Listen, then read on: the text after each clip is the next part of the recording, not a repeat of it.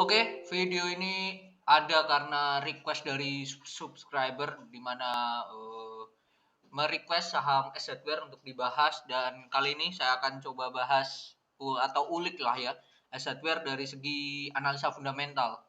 Yang khususnya saya akan coba melihat dari laporan keuangannya ya. Lihat dari laporan keuangannya di Q2 2022 ini. Bagi teman-teman yang pengen cek laporan keuangan atau public expose atau yang lainnya, bisa lari ke idx.co.id, lalu ke perusahaan tercatat, keterbukaan informasi, terus tinggal diketik aja di sini perusahaannya apa, tinggal cari. Nah, cuman kendalanya kalau di IDX ini hanya terbatas 3 tahun terakhir. Kalau teman-teman pengen cari yang di atas itu, di atas 3 tahun, bisa lari ke idnfinancial.com. Nah, di sini di atas 5 tahun ada. Oh, ada yang 10 tahun, ada yang 15 tahun, tergantung dari perusahaannya tersebut ya. Jadi beda-beda. Dan semuanya free ya, di sini juga semuanya free. Kalau yang di IDX ini di atas 3 tahun harus bayar ya. Nah, itu referensi ya buat teman-teman yang pengen mengulik ya, entah itu buat kebutuhan pribadi atau untuk studi ya. Oke, kita ulik dari Assetware sendiri. Kalau teman-teman hanya melihat dari net profit ya, net profitnya sendiri Assetware ini mengalami penurunan ya. Di Q2 2022 ini mengalami penurunan. Sebelumnya 276 miliar, sekarang jadi 242.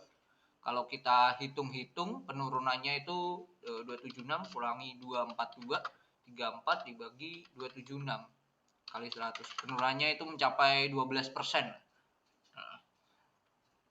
Cuman teman-teman kalau hanya melihat dari net profit yang turun terus mengambil kesimpulan bahwa wah, perusahaan ini kurang oke dan lain-lain, nah kurang wise ya, kurang bijak ya menurut saya.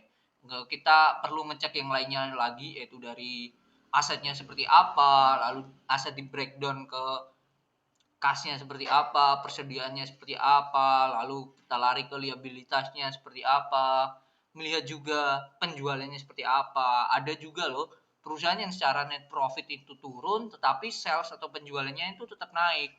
Nah, berarti yang salah apa? Bisa jadi beban-bebannya, bisa beban dari biaya produksinya, bisa juga beban dari keuangannya, atau bisa juga penurunan itu hanya sebatas selisih kurs gitu. Nah, itu bisa aja. Jadi semoga teman-teman tidak langsung ya menjudge perusahaan kalau net profitnya turun itu pasti jelek. Nah, jangan. Perlu dicek lagi atau dilihat lebih mendalam. Nah, nanti kita akan cek lagi real cash-nya, persediaannya seperti apa, rasio hutangnya terhadap kas dan kawan-kawannya seperti apa, terus sales-nya seperti apa. Nah, nanti kita akan cek ya. Akan cek. Sebelum ke sana, kita lihat dulu historikalnya, di mana Assetware ini didirikan awalnya bernama PT Kawan Lama Home Center pada tanggal 3 Februari 1995. Lalu perusahaan ini bidang usahanya itu ada di ruang lingkupnya itu usaha perdagangan umum, termasuk kegiatan ekspor impor serta menjalankan usaha sebagai agen dan distributor. Saat ini kegiatan usaha perusahaan terutama adalah penjualan eceran atau retail barang-barang untuk kebutuhan rumah tangga dan gaya hidup. Entitas induk terakhir perusahaan adalah PT Kawan Lama Internusa. Perusahaan adalah anggota kelompok usaha Kawan Lama Group. Nah, jadi Assetware ini tergabung dalam Kawan Lama Group dan induknya itu PT Kawan Lama Internusa gitu. Oke, kita ulas sedikit dari Assetware ini, mulai dari asetnya ya. Asetnya so far kalau secara keseluruhan memang bertambah ya dibandingkan akhir tahun 2021. Aset lancarnya pun naik, aset tidak lancarnya turun dikit ya, turun dikit. Kalau kita lihat ya, kasnya ini 2,4 T ya. Turun memang, turun kisaran berapa nih? Turun ya 70-an miliar ya. Turun 70-an miliar, persediaannya naik jadi 2,5, sebelumnya 2,3 T. Terus sekarang ini perusahaan berada di market cap 10 T ya. Market cap 10 T dengan kas 2,4 ditambah persediaan 2,5. Ini termasuk perusahaan, kalau hanya sebatas itu ya, ini perusahaan yang sangat kaya akan aset lancar ya. Ini bisa menunjukkan seperti itu. Tinggal kita cek lagi ya, persediaannya ini, terutama persediaannya ini tuh dalam bentuk bahan baku atau sudah siap jual gitu. Kalau siap jual nih sangatlah bagus ya. Jadi kemungkinan bisa jadi yang bermasalah itu sales atau marketingnya yang kurang oke atau kurang nge-push ya dari segi penjualannya. Atau cuman kalau ini hanya sebatas masih persediaan dalam bentuk suku cadang atau yang lain-lain itu kan uh, cara ya meminimalisir resiko-resiko yang ada. Oke, kita cek dulu ya dari kasnya dulu, kas dan setara kasnya dulu kita cek di mana perusahaan ini secara kas total 2,4 T, secara total uangnya itu ada di oke ini totalnya 2,4 T, 2,1 itu dalam bentuk bank, 2,1 dan sisanya itu dalam bentuk deposito sekitar 300 miliar. 300 miliar tuh ada di deposito di euro. Wow, ini jarang banget ya, jarang banget saya selama mengecek dan selama take video ini ya, khusus untuk channel belajar investasi saham ini tidak ada deposito dolar, malah ada deposito yang di sini tuh euro ya, jarang banget. Baru ini kali bahkan. Which is good, dari total 2,4 berarti rasio yang di deposito itu ada 347 dibagi 2475 kali 100. Ada 14% lah dalam bentuk deposito. Mayoritas cuman masih dalam bentuk rupiah ya depositonya, yaitu 328 M. Terus lalu dalam bentuk kas di bank itu ada rupiah 1,9, lalu dalam bentuk dolar Amerika itu 126 juta, dan dalam bentuk yuan China itu 72 juta. 72 miliar ya. Dolar itu tadi 126 miliar ya. Itu totalnya, total yang ada di bank tiap mata uang ya. So far masih banyak di rupiah, dan imbal hasil ya di rupiah itu 1,9 sampai 3% dengan jatuh tempo 1 sampai 3 bulan. Sedangkan yang di euro ini tidak ada imbal hasilnya, periode jatuh temponya 1 bulan. Oke, itu ya untuk si kasnya sendiri so far bisa dikatakan ya oke aja, masih ada di deposito, cuman porsinya kecil ya, hanya 14%, bahkan 14%, mayoritas dalam bentuk kas dan bentuk rupiah ya. Kenapa, pertanyaannya selalu adalah dengan kondisi saat ini kenapa tidak taruh di dolar yang lebih banyak gitu. Nah, itu kan pertanyaannya. Pasti yang saya tekankan di setiap video, karena menurut saya dolar nantinya akan goes to 15.500 ya. Ini ada di posisi dolarnya sendiri udah ada di posisi 15.248, makin naik ya. Makin naik dalam 5 hari. Nah, ini makin naik ya. Oke, kita kembali lagi software secara liabilitas ya. Total liabilitas tuh 1,9 T. Jadi total hutang ini tuh sudah bisa di cover sama kasnya sendiri 2,4. Bahkan dari 2,4 tuh 1,9 sendiri tuh posisinya dalam kas di rekening dalam bentuk rupiah. Jadi udah bisa menutup ya. Untuk rasio hutang dan kas ini sendiri, ini perusahaan sehat banget gitu. Sehat banget. Entah itu hutangnya berbunga atau enggak. So far utang total 1,9 ini bisa ditutup dengan uang kasnya sendiri. Bahkan masih sisa 500 miliar. Ini menunjukkan bahwa S Hardware ini memang kasnya ini luar biasa ya. Luar biasa gedenya ya. Ini belum ditambah yang persediaan ya. Nah, kalau kita cek di persediaannya sendiri, persediaan kita cek di mana perusahaan ini. Wait, bentar. Oke, nah ini persediaan.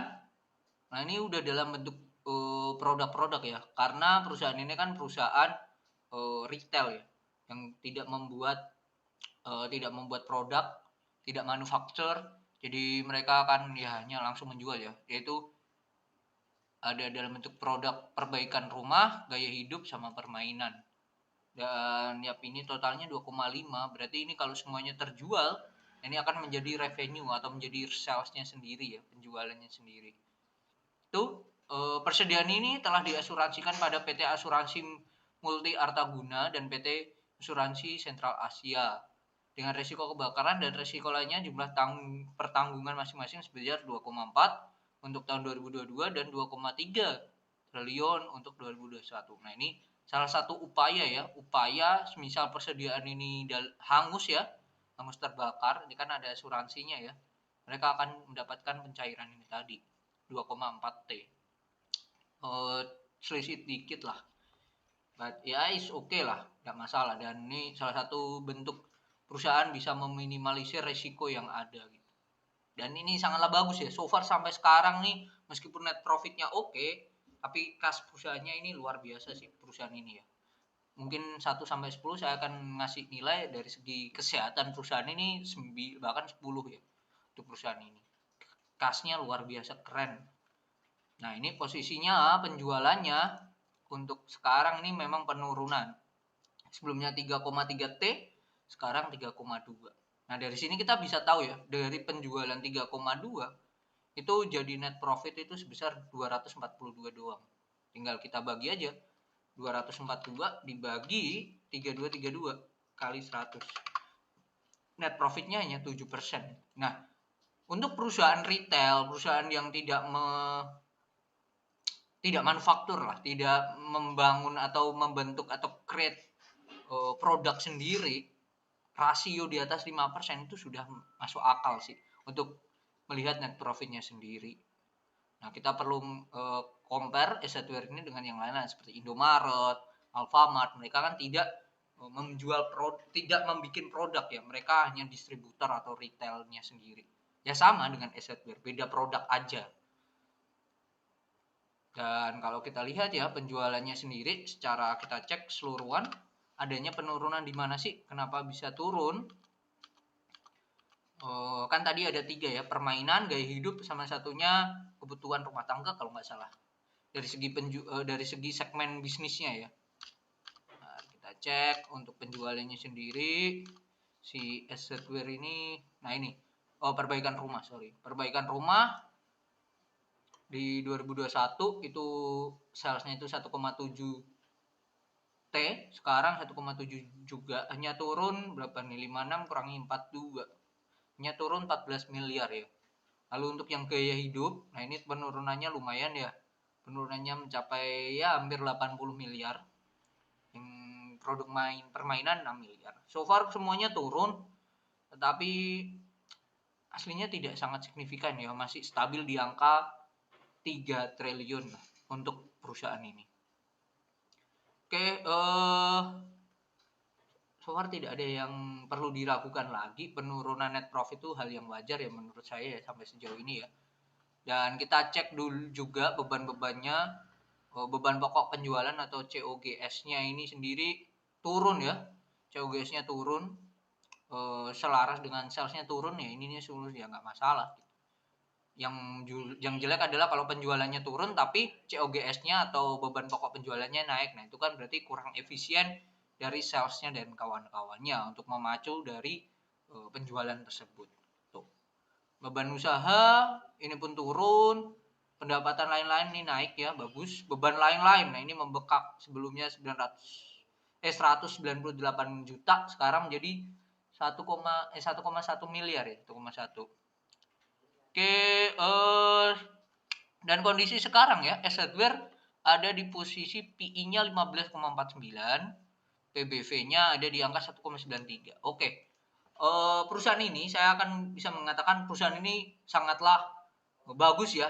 Perusahaan ini bagus, cuman dari segi PI, dari segi PBV memang agak mahal ya. Tapi yang teman-teman perhatikan adalah saham ini sudah berada di under 1000,